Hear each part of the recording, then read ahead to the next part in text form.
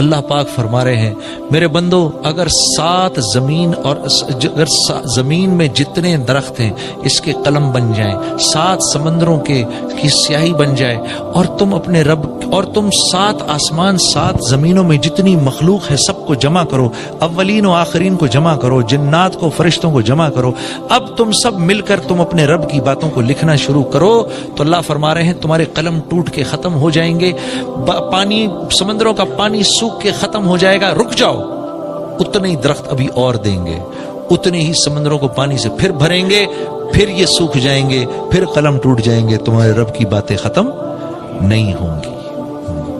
یقین مانو، یقین کرو، حالت نزا پر کافر بھی اس بات کو مانے گا، مسلمان بھی اس بات کو مانے گا، سب مانیں گے اللہ سے ہوتا ہے۔ ہاں مانیں گے، فرعون جیسے انا ربکم الاعلی جس نے اپنے آپ کو بولا، انا ربکم الاعلی، میرے سے بڑا رب کوئی نہیں۔ شیطان اس کے پاس آیا اور کہنے لگا ابے بدبخت، رب ہونے کا دعویٰ تو میں نے نہیں کیا، تو کہاں سے کر بیٹھا؟ ہاں تو کو بہت بڑی شے ہے تو؟ کہتا ہے ہاں کر تو گیا، اب کیا کروں، رہنے دوں؟ کہا نہیں ایسا بھی نہ کر، ہاں کہیں بچی نہ جائے تو، ایسا بھی نہ کر، اب تو کر لیا تو ذلیل ہوگا۔ تو کہنے لگا کیا میرے سے بڑا بھی کوئی بدبخت ہے؟ کہا ہاں ایک آدمی ہے کہ جب اس کا بھائی اس سے معافی مانگنے آئے وہ اس کو معاف نہ کرے، یہ تجھ سے بھی بڑا بدبخت ہے۔ تو فرعون جیسے جابر نے بھی جب آسمان سے فرشتوں کو اترتے دیکھا اس کی جان لینے کے لیے تو کیا بولا؟ آمنت برب موسیٰ و ہارون، میں موسیٰ اور ہارون کے رب پر ایمان لاتا ہوں۔ یہاں ایک عجیب بات ذہن میں ہے، آپ کے سامنے عرض کر دوں کہ ابو جہل جب مرنے لگا تو رسول اللہ صلی اللہ علیہ وسلم نے صحابہ سے پوچھا کون اس کی گردن لے کر آئے گا؟ تو عبداللہ بن مسعود کھڑے ہو گئے، یا رسول اللہ میں جاتا ہوں۔ تو جب گئے ادھر جا کر دیکھا تو نیچے پڑا ہوا تھا، تو عبداللہ بن مسعود سے نے اپنا جو پیر ہے نا اس کی گردن پہ یہاں رکھا، یہاں رکھ کے دبایا، تو حضرت عبداللہ بن مسعود سے کہنے لگا ابے او بکریاں چرانے والے، بڑی اونچی جگہ پیر رکھ رہا ہے تو عبداللہ بن مسعود نے کہا تجھے تیری اکڑ ابھی بھی نہیں گئی؟ یعنی تو جا رہا ہے دنیا سے، تیری اکڑ نہیں گئی ابھی تک؟ کہا محمد صلی اللہ علیہ وسلم کو بتا دینا، پہلے یہ بتاؤ جنگ کون جیتا؟ کہتا ہے پوچھتا ہے پہلے یہ بتاؤ جنگ کون جیتا؟ کہا جنگ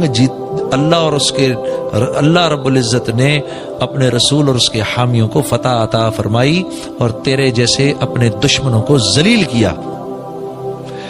تو آگے سے کیا کہتا ہے؟ کہتا ہے جاؤ جا کر محمد کو بتا دو صلی اللہ علیہ وسلم، جاؤ جا کر ان کو بتا دو جتنی نفرت میں ان سے پہلے کرتا تھا اس وقت اس سے بھی زیادہ نفرت کر رہا ہوں، مانا نہیں ہوں میں ابھی بھی، اور ہاں جب میری گردن کاٹو تو تھوڑی نیچے سے کاٹنا تاکہ پتہ چلے کسی سردار کی گردن تھی۔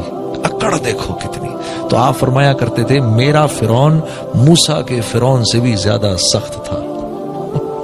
اللہ معاف کرے، یہ تکبر اتنی خطرناک چیز ہے۔ میرا فرعون موسیٰ کے فرعون سے، موسیٰ کے فرعون نے تو جب فرشتوں کو اترتے دیکھا تو فوراً کہہ دیا آمنت برب موسیٰ و ہارون، اور یہ میرا فرعون دیکھو آخر وقت میں بھی یہ کہہ رہا ہے۔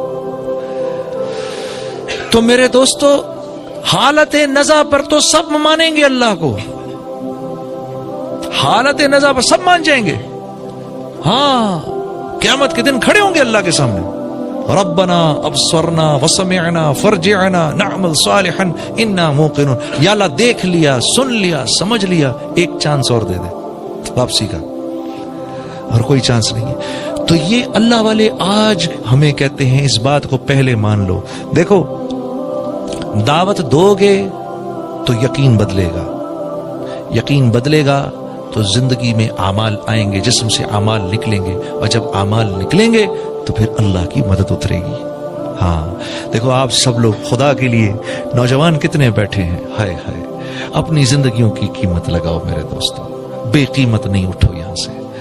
ہاں ہماری جس مقصد کے لیے اللہ نے بھیجا ہے اس مقصد کو سمجھنے کی کوشش کرو۔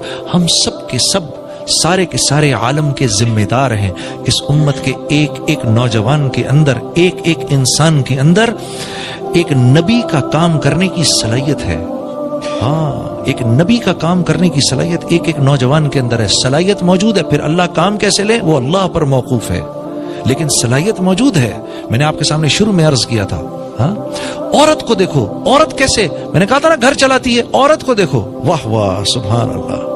وہ ایک آدمی آیا، یا رسول اللہ 3 دن سے بھوکا ہوں. آپ نے فرمایا اچھا. اپنے گھروں میں پتہ کرایا تو 9 گھروں میں کچھ نہیں تھا کھانے کو. صحابہ سے پوچھا بھائی کوئی لے جائے گا میرے مہمان کو گھر؟ ثابت بن قیس رضی اللہ تعالیٰ کھڑے ہو گئے، یا رسول اللہ میں لے جاؤں گا. میں لے جاؤں گا کیا مطلب؟ آپ لے تو جائیں گے، گھر کس کے ہاتھ میں؟ بیوی کے ہاتھ میں. بیوی کو پتہ ہے کھانا ہے نہیں ہے کیا وہ سب. اب جب گھر لے کر گئے تو اب اسی لجاجت سے بیوی سے بات کی، کیونکہ مدینے کی جو انصار تھے ان کی بیویاں تھوڑی سی ذرا سخت مزاج تھیں. بنی ہوئی نہ ہو تو مسئلہ کھڑا ہو جائے، لیکن وہ بنی ہوئی خواتین تھیں، صحابیات بنی ہوئی خواتین تھیں. کہا کس کو لائے؟ کہا محمد صلی اللہ علیہ وسلم کا مہمان لایا ہوں. وہ بنی ہوئی تھیں، اہلن و سہلن. اچھا بھوکا ہے 3 دن سے، کچھ کھانے کو ہے؟ کہا کھانے کو تو تھوڑا ہے، اتنا ہی ہے کہ بچوں کو کھلا دوں. اتنا ہی ہے کہ بچوں کو کھلا دوں. ہم میں سے تو کیا فرمایا کہ ایسے ہو سکتا ہے کہ ان کو سلا دو، ان کو نہ کھلاؤ، یہ کھانا اس کو دے دو. ہم میں سے کتنے کر سکتے ہیں اس طرح؟ بچے کو بھوکا سلا دیں، روتا پیٹتا، کوئی نہیں بیٹا سو جائے، اور کھانا لے جا کے مہمان کے سامنے رکھتے ہیں. بنی ہوئی عورتیں دیکھو، عورت کیسے کیسے دین کی دعوت مل رہی ہے اس عورت سے. باپ تو کہہ دیتا ہے، اب وہ اس ماں نے کس دل سے بچوں کو بھوکا سلایا ہوگا. سو جا بچوں، سو جا، سو جا، سو جا. بنی ہوئی عورت، اس امت کی عورت کیسی داعیہ ہے. کہا ٹھیک، بچوں کو سلا دیا. اچھا جب کھانا لے کر آئیں تو صاحب ابن قیس سے مشورہ کر رہے ہیں بیوی سے، تمہاری کیا رائے، اگر ہم اس کو کھائیں گے تو یہ بھی ہم بھی کھائیں گے تو وہ بیچارہ کیا کھائے گا؟ ہاں تو کیا طے ہوا؟ ٹھیک ہے جب کھائیں گے مشل بہانے سے بجھا دیں گے، سارا کھانا اس کے سامنے رکھ دیں گے، یہ کھا لے، اس کے بعد ہم ہاتھ ہلاتے رہیں گے تاکہ اس کو پتہ نہ چلے کہ ہم نہیں کھا رہے. اگر اس کو ایسا لگا تو یہ نہ ہو کہ اس بیچارے سے کھایا نہ جائے. بہانے سے مشل بجھائی، سارا کا سارا کھانا لا کے مہمان کے سامنے رکھا. دونوں میاں بیوی ہاتھ ہلاتے رہے. اس نے کھایا، دعائیں دی اور چلا گیا. صبح کو جب آپ مسجد میں آئے تو اللہ کے نبی صلی اللہ علیہ وسلم کی آپ پر نظر پڑی. نظر پڑتے ہی آپ مسکرائے اور آپ نے کہا ثابت تیری رات کی مہمانی اللہ کو بہت پسند آئی. یہ اس عورت کی وجہ سے ہے، اس عورت کی وجہ سے. بچے بھی داعی ہیں، ہاں عورت بھی داعیہ ہے. ہاں حکمت بصیرت سے، حکمت بصیرت سے. یہ حکمت بصیرت انشاءاللہ آپ جب اللہ کے راستے میں نکلیں گے اللہ آپ کو سکھائے گا، اللہ آپ کو لسان القوم سکھائے گا. ہاں مہاجروں میں جاؤ تو کیا بات کرنی ہے، پٹھانوں میں جاؤ تو کیسے بات کرنی ہے، پنجابیوں میں جاؤ تو کیسے بات کرنی ہے، بلوچوں میں جاؤ تو کیسے بات کرنی ہے. ہاں اللہ ان لوگوں، سندھیوں میں جاؤ تو کیسے بات کرنی ہے. ہاں ہم پٹھانوں کو کریڈٹ دیتے ہیں بڑی بہت زیادہ مہمان نوازی کا، بہت مہمان نواز ہے، اس میں کوئی شک نہیں ہے. لیکن میں ایک بات ضرور اس میں ایڈ کروں گا کہ میں نے جو سندھ میں مہمان نوازی دیکھی، غریب غربا میں، انٹیریئر سندھ میں، یقین کرو وہ مہمان نوازی میں نے کہیں نہیں دیکھی. ہاں ایسی مہمان نوازی نہیں دیکھی. وہ واقعی اتنے غریب ہوتے ہیں اپنے منہ کا نوالا نکال کے آپ کو کھلاتے ہیں.